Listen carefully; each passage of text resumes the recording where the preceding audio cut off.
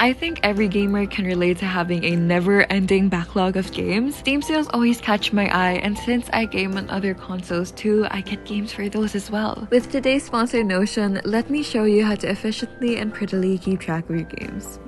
Notion is a free platform you can use for taking notes, managing ideas, etc. for a wild array of topics. For me, it's gaming. Friends can even collaborate with Notion boards, which is helpful if you share a games library. Let me show you how I set up mine. Notion has a bunch of helpful templates. I use the task one for my wants. You can edit the headers and icons to the information you deem important. I started off with the basics. To add more, click this plus sign and you have access to different types of data input for your table. For example, I use this tags element to keep track of what platform I have a certain game in. There's more. I added this checkmark column alongside the status one because I like the feeling of ticking off a box. I added another tags element so that I could keep track of the different categories and genres the game is in. Click here and you can leave comments on specific titles. I've been using the comment section as a mini journal/diary. Here's an overview of what it looks like as a whole. Since Notion is available on both PC and mobile, you have access to whatever you make everywhere you go. To get started with Notion, sign up with the link in my description.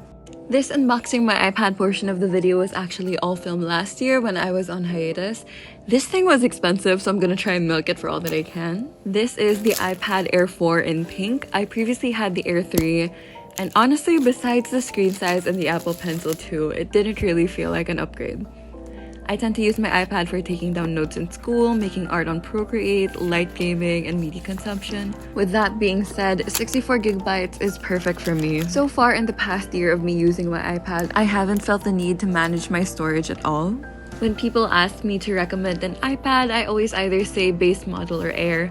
I've worked on both and my mom has a Pro, so I have an idea of what works best for me at least. Base model is for those who just want to do notes or try drawing. Air is for the artist because the laminated screen is a definite upgrade. This basically means that when you draw a line, it's as close to the stylus placement as possible. There's no gap between your stylus and your drawing. It's hard for me to recommend a Pro to the general masses because it's likely you'll never really need that much power on a regular day-to-day use case.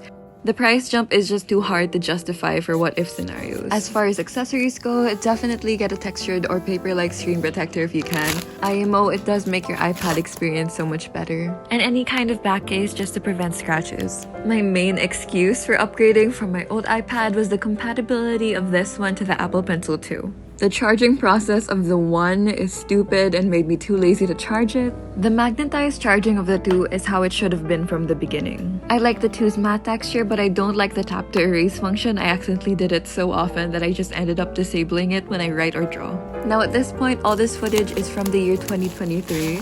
I purchased this Apple Magic Keyboard dupe on Shopee for about 3.4 thousand pesos or 61 USD. There were two reasons why I chose not to get the official one. One, because this dupe exists, and two, because the original is 20,000 Filipino pesos or 400 USD. I didn't even know if I would like this form factor, if I actually find it convenient. I can't really give this thing a proper review just yet. All of these will be first impressions.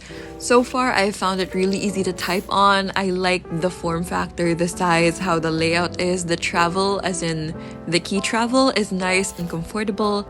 I've seen some people say that the trackpad is a little bit laggy. So far, I have not experienced that. There are two things of note that are kind of cons in my book. One, it is quite heavy. I have no idea how it compares to the original Apple keyboard, but it is a definite chonker. Secondly, the backlight isn't all that bright. It is definitely usable, just it leaves a bit to be desired. You can change the color of the backlight though, so I think that makes up for it 100%. I wanted to get back into Genshin, and so I saw a few people using their iPad along with a keyboard and mouse to play.